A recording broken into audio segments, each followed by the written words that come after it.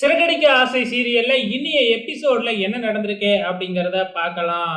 இப்ப ரோகிணி கிறிஸ கொண்டு வந்து தன்னோட ஃப்ரெண்டு வித்யா வீட்ல ஒரு வாரம் தங்க வைக்கிறதுக்கு எப்படியோ கெஞ்சி கூத்தாடி பர்மிஷன் வாங்கிடுறாங்க. ஆனா கிறிஸுக்கு சுத்தமா பிடிக்கவே இல்லை.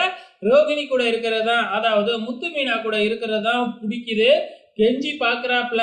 ஆனா இந்த ரோகிணி தன்னோட வாழ்க்கை தான் முக்கியம் அப்படின்னு சொல்லிட்டு, இதெல்லாம் உன்னோட நல்லதுக்கு தாண்டா அப்படின்னு எப்படியோ கிறிஸ சம்மதிக்க வச்சிடுறாங்க.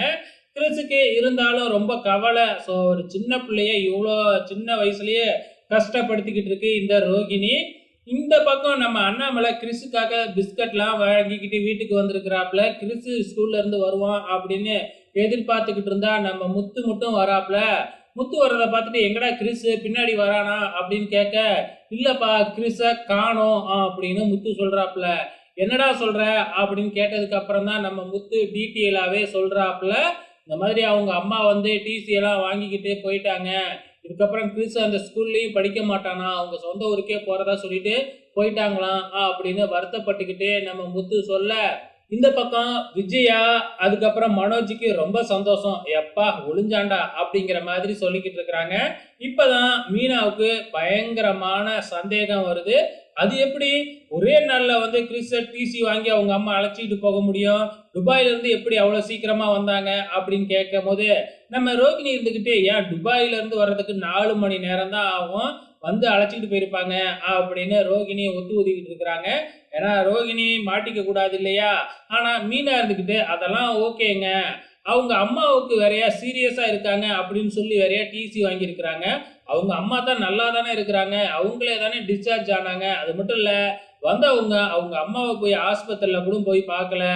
இங்க நம்ம கிட்ட தான் கிறிஸ் இருந்தான். அப்ப நமக்கு வந்து ஒரு வார்த்தை கூட சொல்லிட்டு கிறிஸ அழைச்சிக்கிட்டு போலாம். அது எப்படி அவங்க மாட்டுக்கு ஸ்கூல்ல வந்து அவங்க மாட்டுக்கு அழைச்சிக்கிட்டு போலாம்? பார்த்துக்கிட்ட நம்மளெல்லாம் என்ன நினைச்சாங்க அப்படிங்கிற மாதிரி வந்து மீனா கேள்வி மேல கேள்வியா கேட்க, நம்ம அண்ணாமலை, முத்து, அதே மாதிரி ஸ்ருதி, மனோஜ் இவங்க எல்லாத்துக்குமே வந்து பாத்தீங்கன்னா சந்தேகம் வருது. ஆனா எப்படியோ வந்து பாத்தீங்கன்னா ரோகிணி அதி இதையும் சமாளிச்சுக்கிட்டு தான் இருக்கிறாங்க. ஆனா நம்ம முத்து மீனாவும் விடுறதா இல்ல. கிறிஸோட அம்மாவை பத்தி எப்படியாச்சும் தெரிஞ்சுக்கணும் அப்படின்னு முடிவெடுக்கிறாங்க. இந்த பக்கம் ரோகிணி ஒரு பக்கம் பயந்துகிட்டு தான் இருக்கிறாங்க, என்ன நடக்கும் அப்படிங்கிறது தெரியாம. இப்ப ரோகிணியோட அம்மா வந்து கோயில்ல தானே சாப்பிட்டுக்கிட்டு இருக்கிறாங்க. எங்க அன்னதானம் போடுறாங்களோ அங்கங்க போய் சாப்பிட்டுக்கிட்டு இருக்காங்க இல்லையா? அங்க சுத்தி இங்க சுத்தி கடைசியா நம்ம மீனா அம்மா பூ கட்டுற கோயிலுக்கே வந்து சாப்பாடு வாங்கி சாப்பிட்டுக்கிட்டு இருக்காங்களாட்டுக்கு. அங்க நம்ம மீனாவும் மீனாவோட அம்மாவும் பேசிக்கிட்டு இருக்காங்க.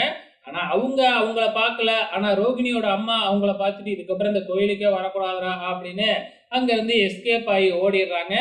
இந்த பக்கம் நம்ம விஜயா பார்வதி ஆண்டி வீட்டுக்கு போறாங்க. அடுத்தது என்ன பண்ணலாம், ரொம்ப போர் அடிக்குது அப்படின்னு யோசிச்சுக்கிட்டு இருக்கும் பொழுது, அததான் யோகா கிளாஸ் ஓபன் பண்ணணும்னு சொல்லியிருக்கேன் இல்லையா அப்படின்னு பேசிக்கிட்டு இருக்கும் பொழுது அங்க சிந்தாமணி வராங்க. சிந்தாமணி வந்தா என்ன செய்வாங்க, ஏதாச்சும் பிரச்சனைக்குன்னே வருவாங்க இல்லையா? விஜயாவுக்கு ஐஸ் வச்சு மீனாவுக்கு தொல்லை கொடுக்கறதுக்கு தானே வருவாங்க. அதுக்காக தான் வந்திருக்கிறாங்க. இப்ப யோகா கிளாஸ் ஐடியா கொடுக்கும் பொழுது அப்படி பண்ணணும், போட்டோ ஷூட்லாம் பண்ணலாம் அப்படி இப்படின்னு வந்து பாத்தீங்கன்னா விஜயாவை ஏத்தி விட்டுக்கிட்டு இருக்கிறாங்க நம்ம சிந்தாமணி.